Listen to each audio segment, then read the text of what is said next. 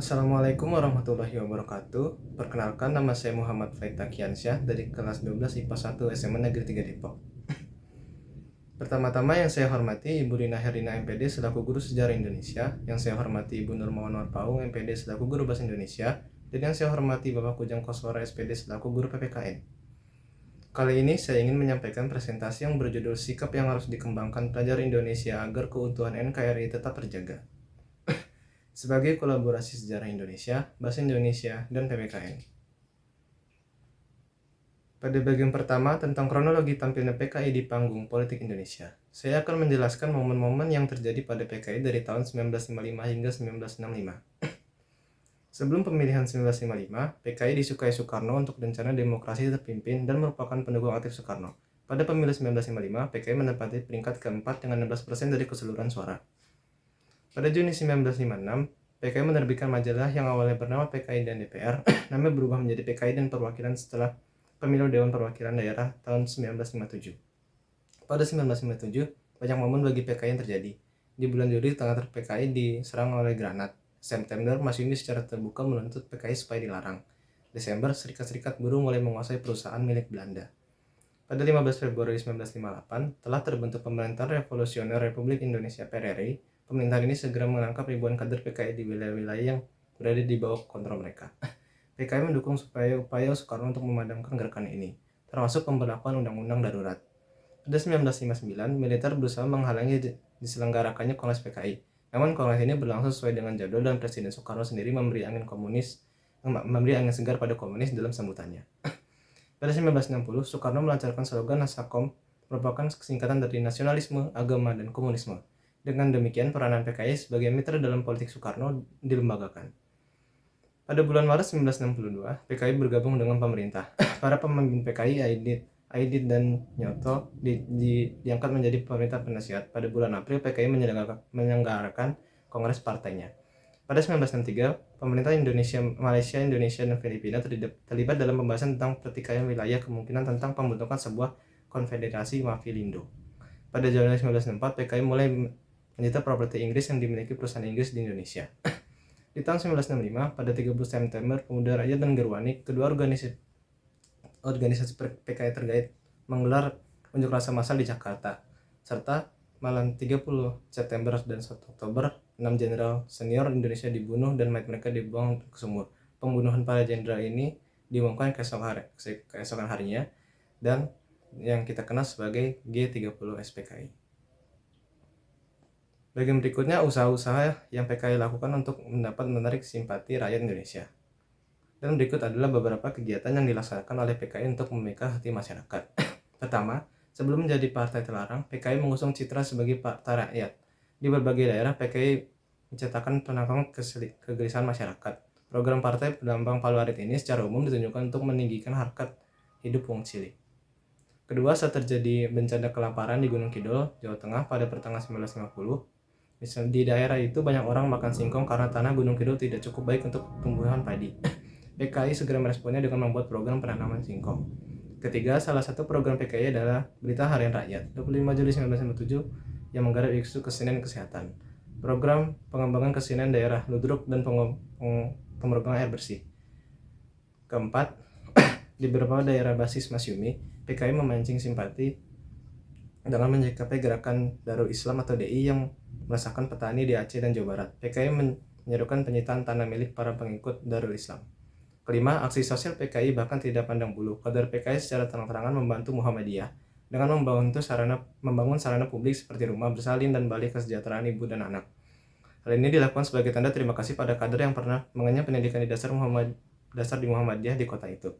Serta berbagai tindakan lainnya seperti menyebarkan isu Dewan Jenderal, melakukan demonstrasi, menuntut kenaikan upah, melakukan aksi sepihak, menghancurkan lawan politik dengan cara mendukung pemerintah, dan berbagai propaganda media. Melalui program kerja dan propaganda, jaringan PKI berkembang pesat. Wajar jika basis mereka PKI tingkat akar tumbuh dengan subur.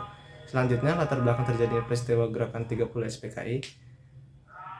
Secara umum, G30 SPKI ini dilatar belakangi oleh dominasi ideologi nasionalisme, agama, dan komunisme, Nasakom, yang berlangsung sejak era demokrasi terpimpin yang diterapkan, yaitu di bawah kekuasaan Presiden Soekarno.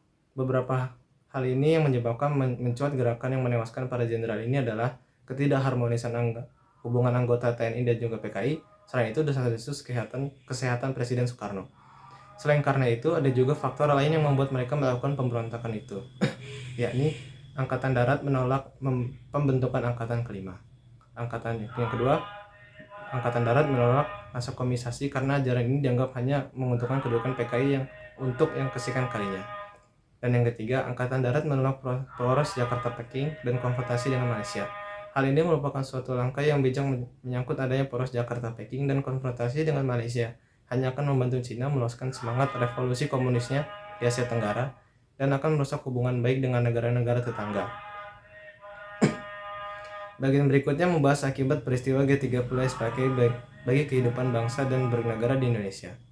G30 SPKI memiliki pengaruh bagi perkembangan gerak sejarah masyarakat Indonesia sampai saat ini. Pembantaian terhadap jutaan manusia dengan alasan membasmi komunisme mulai berlangsung setelah G30 SPKI. Tak hanya itu, kejadian tersebut ikut berdampak pada berbagai aspek kehidupan. Dampak tersebut adalah kekuatan politik di Indonesia sudah hancur setelah kegagalan kudeta tersebut. Kewibawaan Presiden Soekarno berkurang, bersatunya TNI dan kaum agama untuk membalas PKI, pembantaian orang-orang yang berhubungan dengan PKI atau dianggap pendukung PKI secara besar-besaran. Pasca pembantaian, orang PKI atau yang dianggap PKI, TNI menjadi kekuatan baru. Kondisi politik bangsa menjadi tidak stabil karena adanya pertentangan di para penyelenggara dan lembaga negara. Timbulnya demonstrasi besar yang dilakukan oleh rakyat, mahasiswa, KAPI, di mana demonstrasi ini mencetuskan Trituntunan Rakyat atau Tritura. Reshuffle kabinet untuk memenuhi Tritura, gugurnya mahasiswa bernama Arif Rahman Hakim karena tertembak pada tanggal 24 Februari 1966. Presiden Soekarno membubarkan KAMI karena dianggap sebagai provokator timbulnya demonstrasi. Presiden Soekarno mengeluarkan surat perintah 11 Maret atau yang sering disebut Super Semar. Pelarangan organisasi dan partai kehaluan Marxisme, Leninisme, dan Komunisme hingga saat ini. Dan terakhir, tentang sikap-sikap yang harus dimiliki pelajar Indonesia berdasarkan pengalaman peristiwa G30 SPKI supaya keberadaan NKRI tetap terjaga. Sebagai pelajar Indonesia yang cerdas, kita harus bisa menjaga keutuhan NKRI. Seperti yang telah kita pelajari bahwa ancaman bagi keutuhan bangsa adalah nyata dan pernah terjadi di masa lalu. G30 SPKI merupakan suatu momen dalam sejarah bangsa kita yang berdampak buruk bagi negara kita. Maka dari itu, kita sebagai pelajar harus menanamkan sikap persatuan dan kesatuan dalam diri kita agar tragedi tersebut tidak terulang kembali. Sebagai pelajar, perilaku yang dapat kita lakukan seperti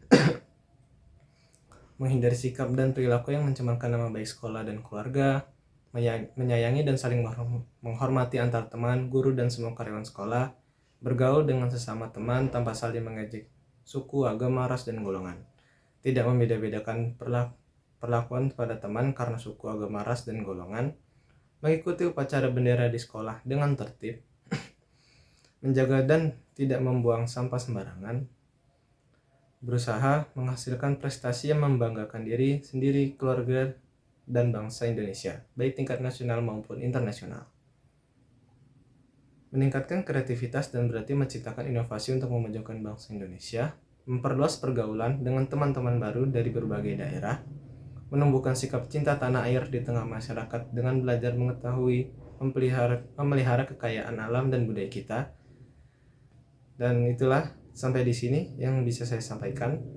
Terima kasih atas perhatiannya. Kurang lebihnya mohon maaf. Wassalamualaikum warahmatullahi wabarakatuh.